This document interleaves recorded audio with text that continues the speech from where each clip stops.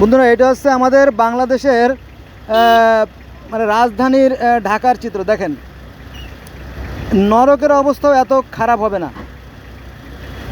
এখানে এখানে আপনার মিটফোর্ডের হাসপাতালে যে বর্জ্য আছে এখানে আছে, যেখানে হ্যাঁ, তো এগুলো বড়ই মারাত্মক এবং বিষাক্ত, কোনো সন্দেহ নাই। আর এগুলো কিন্তু মাটি না, এই যে এখানে যে ময়লাগুলো দেখছেন এগুলো কিন্তু মাটি না, এগুলো হচ্ছে প্লাস্টিক, রাবার, পলিথিন, বিভিন্ন ধরনের কারখানার বর্জ্য সেইগুলো। হ্যাঁ, আবার এখানে আছে আপনার ডেঙ্গু উৎপাদনের কারখানা। দেখেন, রাশি রাশি রাশি রাশি দেখেন।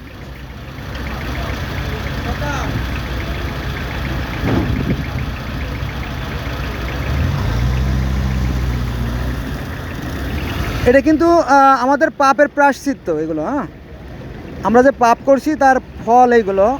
কারণ বাংলাদেশটা হচ্ছে পৃথিবীর মধ্যে একটা অসভ্য জাতি।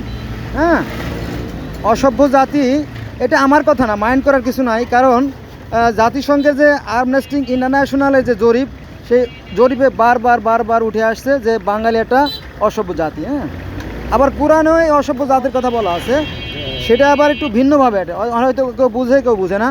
সেটা হচ্ছে যে পবিত্র কোরআন শরীফে বলা হয়েছে যে কিছু মানুষ আছে যারা দেখেও দেখে না, আর শুনেও শোনে না, আর বুঝেও বোঝে না, তারা চতুষ্পদ জন্তুর চেয়ে নিকৃষ্ট। দেখেন, ভয়ঙ্কর থেকে ভয়ঙ্কর। এখানে কিন্তু গর্ত আছে, এই সাইডে একটা গর্ত আছে, এই গর্ত দিয়ে পানি নেমে যাওয়ার কথা, ওই যে সামনে, ওই দেখেন, এই যে, কিন্তু ওই গর্তটা বন্ধ করে রাখছে, ফলে এখানে পানি জমছে। আর সবচেয়ে বড় পরিতাপের বিষয় হচ্ছে যে এখানে কিছু কুলি আছে, কুলি, বইয়ের ভাষায় কুলি, অর্থাৎ পুস্তকের ভাষায় কুলি, আর ঢাকায় বলে মিহিন্দি বলে আর কি।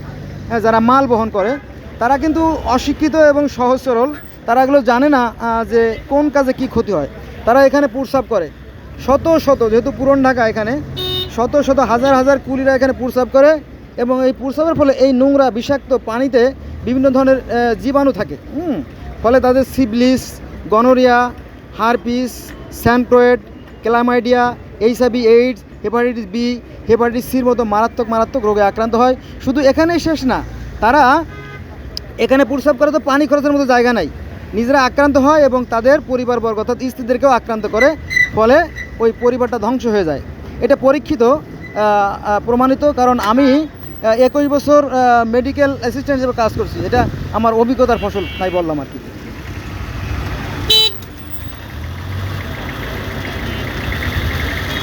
এত বড় অসভ্য জাতি পৃথিবীর ইতিহাসে বিরল। ওই যেটা বলতেছিলাম যে পবিত্র কোরআন শরীফে বলা হয়েছে যে কিছু মানুষ আছে দেখেও দেখে না, শুনেও শোনে না, বুঝেও বোঝে না, তারা চতুষ্পদ জন্তু নেয় না, চতুষ্পদ জন্তুর ন্যায় বলা হয় নাই, চতুষ্পদ জন্তুর চেয়েতে নিকৃষ্ট। হ্যাঁ, এবং পবিত্র কোরআন শরীফ যদি আপনি পড়েন তাহলে দেখবেন যে সেখানে আরেকটা জায়গায় বলা হয়েছে পুরাই সৃষ্টি নিকৃষ্ট। তার মানে হ্যাঁ, এই আমরাই, এই সেই আমরা, আর এটা হচ্ছে আমাদের সেই কর্মের ফল। কিন্তু পৃথিবীটা স্বর্গের মতোই সুন্দর, এবং অন্যান্য ধর্ম, যেমন ইহুদি খ্রিস্টান ধর্মে বলা, মানে তারা মনে করে যে এই পৃথিবীটাই স্বর্গ ছিল, আর এটা ছিল আপনার ইউফ্রেটিস, টাইগ্রিস বা দজলা ফোরাত নদীর আশেপাশে। হ্যাঁ, সেটাকে নষ্ট করা হয়েছে শয়তানের কুচক্রে, এটাকে আবার সংশোধন করে আবার সুন্দর করে দেওয়া হবে। এবং কোরআনেও ওই একই কথা বলা আছে যে এই পৃথিবীকে ভেঙে আবার নতুন করে নতুন পৃথিবী গড়া হবে, এই কথা আছে। কিন্তু এটার ব্যাখ্যা আমরা বুঝি না, কারণ অধিকাংশ লোক কোরআন শরীফ জানে না, তবে নামে মুসলমান।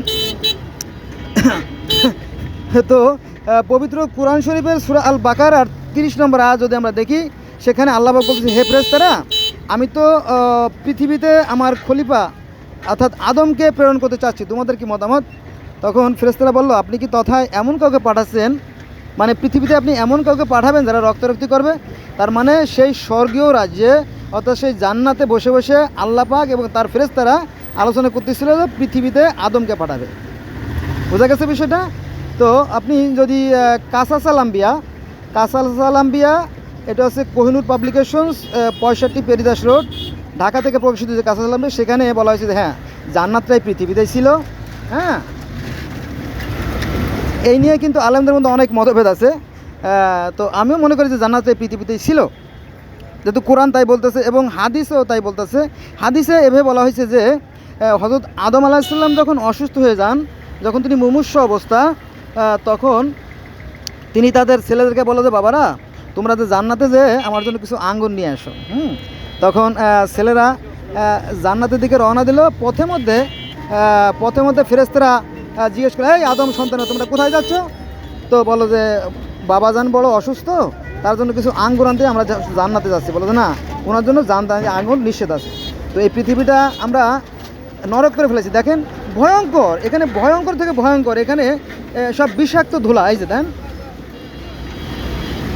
এটা প্রতিনিয়ত, যেহেতু এই রাস্তায় এটা হচ্ছে আপনার গাবতলী টু বাবুবাজার, এই রাস্তায় দিন-রাত 24 ঘন্টায় গাড়ি চলে। হ্যাঁ, তো এত বড় গুরুত্বপূর্ণ রাস্তা আমার মনে হয় প্রতিদিন 2 বার করে পরিষ্কার করা উচিত ঘরের মতো, কিন্তু সেখানে ময়লা, রাশি রাশি ময়লা ফেলানো হয়। আর এই ময়লার যে ফাইবার, যেটা আঁশ ধুলা, সেটা বাতাসে উড়ে উড়ে আমাদের কলিজার মধ্যে ঢুকতেছে, অর্থাৎ আমাদের ফুসফুসে যাচ্ছে এবং আমরা বড় বড় রোগে আক্রান্ত হচ্ছি, কিন্তু আমরা বুঝতে পারতেছি না। ছোট ছোট বাচ্চারা দেখবেন, ছোট ছোট বাচ্চারা যাদের ভালো মন্দ জ্ঞান নাই, তারা অনেক সময় পায়খানা করে আবার নিজের পায়খানা নিজে খায়। কিন্তু যার বিবেক আছে সে তো আর পায়খানা খায় না। তো অনেকটা আমরা সে নির্বোধ শিশুর মতোই আর কি। তো শিশু হই আর আমরা বুদ্ধিমানে, তাতে কিছু আসে যায় না, পাপ কাউকে ক্ষমা করে না। কারণ মনে করেন যে শিশু বাচ্চারা যদি আগুনে হাত দেয় পুড়ে যাবে, আবার যদি জ্ঞানী মানুষ আগুনে হাত দেয় পুড়ে যাবে, আগুনের ধর্ম সে পালন করবেই। এরকমটা আমরা ধ্বংস হয়ে যাচ্ছি আমাদের কর্ম খারাপ হওয়ার কারণে।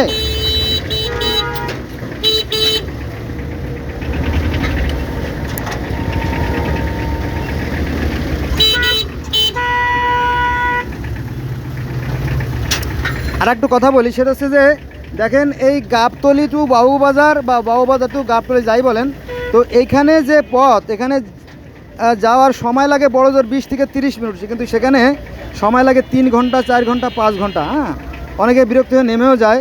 এর কারণ হচ্ছে দেখেন এই যে এই রাস্তার উপরে এরা মাল আপলোড করে, ডাউনলোড করে। দেখেন এই যে শুধু এখানেই শেষ না, দুই দিকে দেখেন, ওই দেখেন।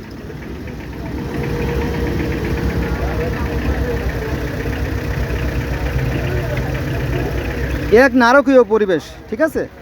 আমরা এই স্বর্গের মতো সুন্দর পৃথিবীটাকে ধ্বংস করে দিয়ে আমরা কাল্পনার স্বর্গে বসবাস করি, অর্থাৎ হ্যাঁ জান্নাতে যেতে চাই। হ্যাঁ, এটা একটা দুর্ভাগ্যজনক বিষয়। দেখেন কি নারকীয় অবস্থা। এখানে লক্ষ লক্ষ মানুষ, লক্ষ লক্ষ পথযাত্রী ক্ষতিগ্রস্ত হচ্ছে এবং জনস্বাস্থ্যের মারাত্মক ক্ষতি হচ্ছে। হ্যাঁ, কিন্তু এ ব্যাপারে মানে আমাদের সরকার বাহাদুর বা ঊর্ধ্বতন যারা আছেন তাদের কোনো মাথা ব্যথা নাই, কারণ তারা নিজেরাই তো অসুস্থ। আমাদের স্বরাষ্ট্রমন্ত্রী দেখবেন যে কামাল সাহেব, তো উনি তো অ্যাডিক্টেড, উনি তো অসুস্থ মানুষ। হ্যাঁ, এবং কথাও বলে অসুস্থর মতো। যাক, তো এদেশে তো ভালো কিছু আশা করা যায় না। এটা আমার নৈতিক দায়িত্বের অংশ হিসেবে আমি কথা বললাম। হ্যাঁ, এবং দায়িত্বের সাথে কথা বললাম।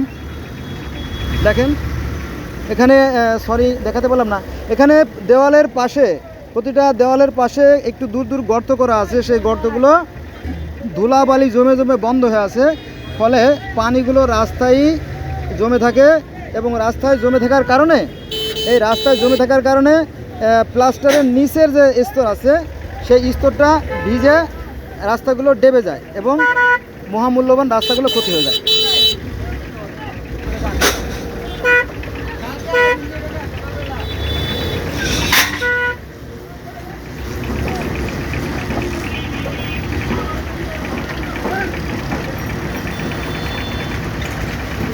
আপনার সামনে যে পিলারটা দেখছেন না, লাইট পোস্ট, ওই লাইট পোস্ট বরাবর কিন্তু একটা গর্ত আছে। ভালো করে লক্ষ্য করে দেখেন, এই গর্তটা কিন্তু বন্ধ। এই দেখেন, এই যে লাইট পোস্ট বরাবর এখানে একটা গর্ত আছে, যেটা মাটি দিয়ে বন্ধ করে রাখা হয়েছে। এখানে পানি নামার কোনো ব্যবস্থা নাই।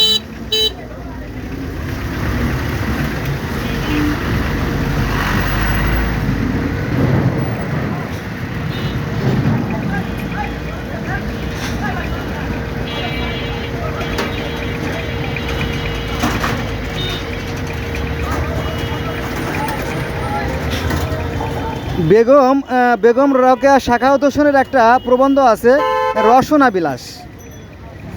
তো সেই রসনা বিলাস প্রবন্ধ থেকে আমরা একটা শিক্ষা পাই যে সেই রান্নাঘরের অবস্থা এবং সেই তার টয়লেটের অবস্থা দেখে মানে সেই যে মানুষের যে চরিত্র বা তার সেই কালচার সেগুলো বোঝা যায়। তো এই যে রাস্তার অবস্থা দেখেন, এগুলো দেখে একটা জাতি চরিত্র কেমন সেটা বোঝা যায়। দেখেন ভয়ঙ্কর থেকে ভয়ঙ্কর, রাস্তার অর্ধেকটা ভেঙে গেছে, ডেবে গেছে। এই দেখেন, এই যে এগুলো কিন্তু ভেঙে ডেবে গেছে। এর একটাই মাত্র কারণ হচ্ছে এই জলাবদ্ধতা, এই পানিগুলোকে নামতে দেওয়া হয় না। দেখেন, হ্যাঁ, এটা কোনো সভ্য মানুষের পক্ষে বা কোনো সভ্য জাতির পক্ষে এটা কাম্য নয়। দেখেন পুরো রাস্তাটাকে তারা কি মার্কেট বানিয়ে ফেলাইছে, বাজার বানিয়ে ফেলাইছে, অথচ রাস্তা তো তৈরি করেছে চলার জন্য। আচ্ছা ভালো কথা, তোরা যদি এখানে মাল আপলোড ডাউনলোড করবি তো কর, সমস্যা নাই, কিন্তু এক পাশে তো একটা স্পেস রেখে নিবি, তাই না? কিন্তু সে স্পেসটাও রাখা হয় নাই। দেখেন রাস্তা ভেঙে গেছে, দেখেন।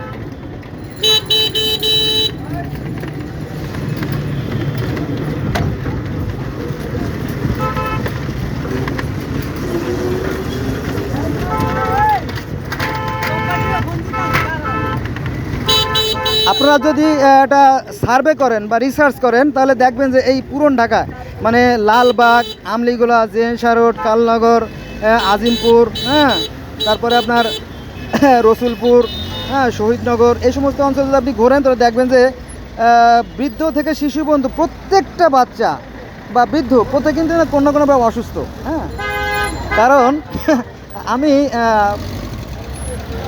দীর্ঘদিন এগুলো দেখছি, এটা আমার নখদর্পণে আছে আর কি। দেখেন অবস্থা আমাদের।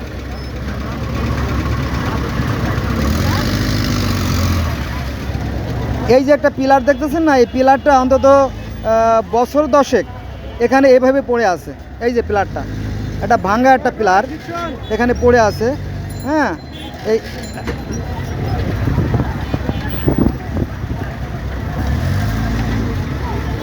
এখানে পানি জমে, অথচ এখানে পানি জমার কোনো কারণ নাই, কারণ এর পাশে তো নদী।